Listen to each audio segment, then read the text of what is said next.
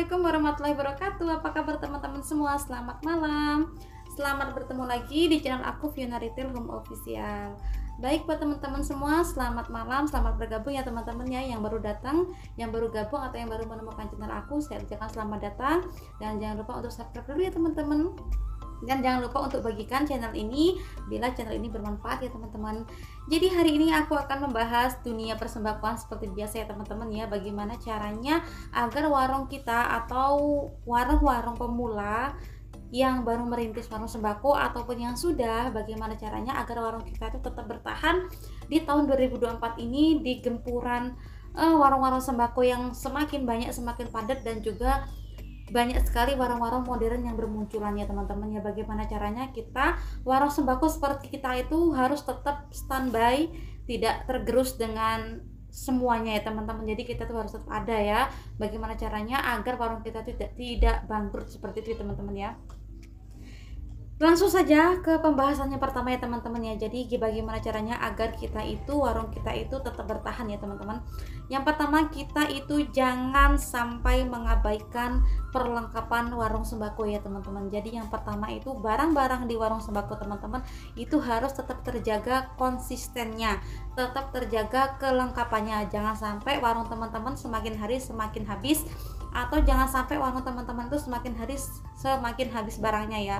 Jadi poin pertama tadi, kalau teman-teman tidak bisa menstabilkan warung teman-teman, kalau teman-teman tidak bisa menjaga kekonsistenan barang teman-teman yang teman-teman jual, maka bisa dijamin warung teman-teman tambah lama akan tambah ditinggal sama pelanggan ya teman-teman, karena warung teman-teman itu udah nggak ada barangnya ya kan. Jadi yang pertama, kelengkapan warung teman-teman itu harus tetap terjaga. Bagaimana caranya? Meskipun sekarang itu barang-barang serba mahal, semuanya itu pada naik, gimana caranya warung teman-teman itu tetap stabil, barangnya jangan sampai pada kosong ya. Karena dengan barang yang kosong tadi itu sudah membuat pelanggan teman-teman yang biasanya belanja itu akan pergi ke warung orang lain. Maka dengan warung teman-teman ditinggal dengan 1-2 barang nggak ada, maka bisa dijamin akan membuat warung teman-teman itu ditinggalkan ya, karena dia akan tahu dengan warung yang lain seperti itu. Jadi jangan buat pelanggan teman-teman itu pergi dari warung teman-teman. Jadi jaga kestabilan warung teman-teman ya. Yang pertama, poin pertama yang itu.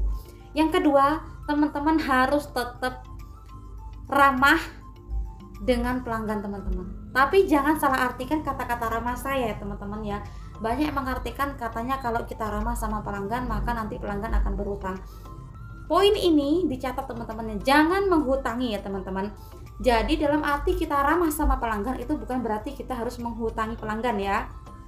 Karena semakin banyak warung sekarang ini, kita itu akan adu ya teman-teman, adu persaingan, adu barang, adu kualitas, adu harga ya teman-teman. Jadi kalau kita di sini sudah harga murah, sudah barang lengkap, tapi kalau satu tadi teman-teman ya kita tidak ramah sama pembeli, maka dijamin warung teman-teman juga akan bangkrut ya. Karena poin itu juga banyak teman-teman. Jadi dengan banyaknya warung sembako sekarang ini, kalau teman-teman tidak bisa ramah dengan orang, kalau teman-teman itu egonya tinggi, terus menganggap dia nggak penting, dia nggak belanja sama aku juga nggak apa-apa. Kalau teman-teman punya sifat seperti itu, maka dijamin orang-orang yang teman-teman cuekin, orang-orang yang teman kasih wajah yang merengut tadi ya, maka dijamin dia nggak akan balik lagi ke warung teman-teman ya. Meskipun warung teman-teman itu lengkap dan juga murah, pasti teman-teman akan ditinggal. Kemudian poin ketiga, teman-teman jangan sampai menghutangi ya teman-teman. Jadi di era sekarang ini yang semua barang serba mahal, semua modal itu harus ditambahin ya. Tapi kalau kita itu menghutangi orang, maka modal kita tuh akan tergerus ya teman-teman. Meskipun kita itu tambahin modal lagi, tapi kalau kita tuh tidak bisa mengerem orang ngutang teman-teman, maka warung teman-teman tuh tambah lama akan tambah habis.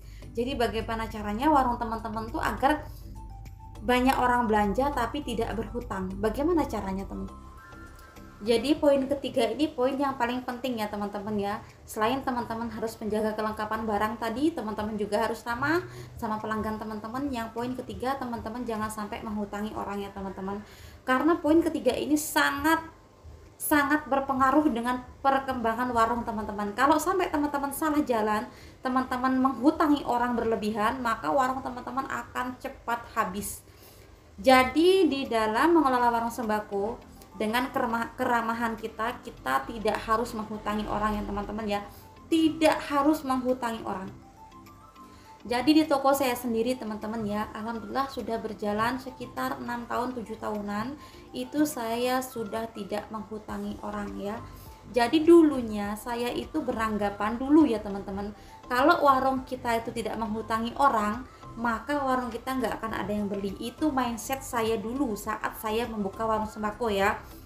Karena sudah lumrah, sudah terkenal namanya warung sembako itu tempat orang berhutang ya kan. Jadi mindset kita saat kita pertama buka warung sembako itu takut kalau kita tidak menghutangi orang, maka orang nggak akan belanja ke warung kita. Itu ya teman-teman.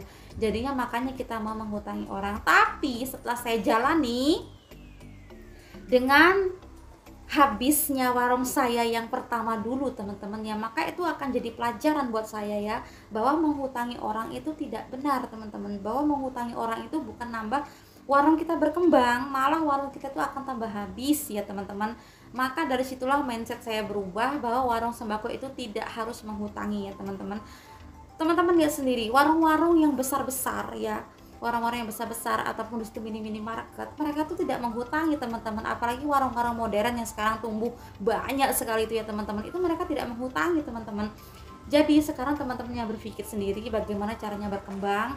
Kalau memang teman-teman harus menghutangi orang, pilihlah orang yang benar-benar bisa dipercaya. Jangan los ya teman-teman, jangan ngasih hutang itu sak maunya orang, maka nanti teman-teman sendiri sungkan, malu nagihnya gitu ya.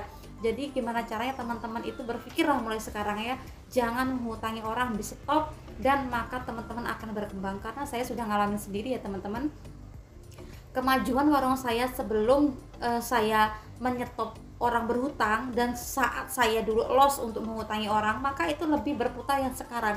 Karena kalau sekarang itu perharinya omset berapa ya kelihatan karena kita nggak menghutangi orang. Tapi beda halnya dengan kalau kita di situ barang banyak terus kita kasih hutang ke orang, barang habis uangnya nggak ada gitu ya teman-teman. Jadi kita mau pulaan lagi pun ya nggak bisa karena barangnya habis, uangnya pun habis. Maka dari itu mulai sekarang mindset kita harus dirubah, gimana caranya agar warung kita tidak bangkrut, terus jalan. Di era sekarang ini yang semua serba mahal, kita harus putar otak pintar-pintar ya teman-teman. Kejam sama pembeli itu tidak harus dengan kata-kata kasar ya teman-teman, dilembutin tapi kita tidak menyakiti hati orang ya. Jadi bagaimana caranya orang itu agar tetap mau belanja ke kita, tidak berhutang ke kita, tapi tetap nyaman belanja sama kita ya teman-teman ya. Tetap murah senyum, tetap ramah sama orang. Kalaupun dia mau berhutang, kita bilang kita tidak menghutangi dulu, minta maaf, seperti itu ya teman-teman. Dan yang lainnya ya secara teman-teman sendiri lah bagaimana caranya ya teman-teman.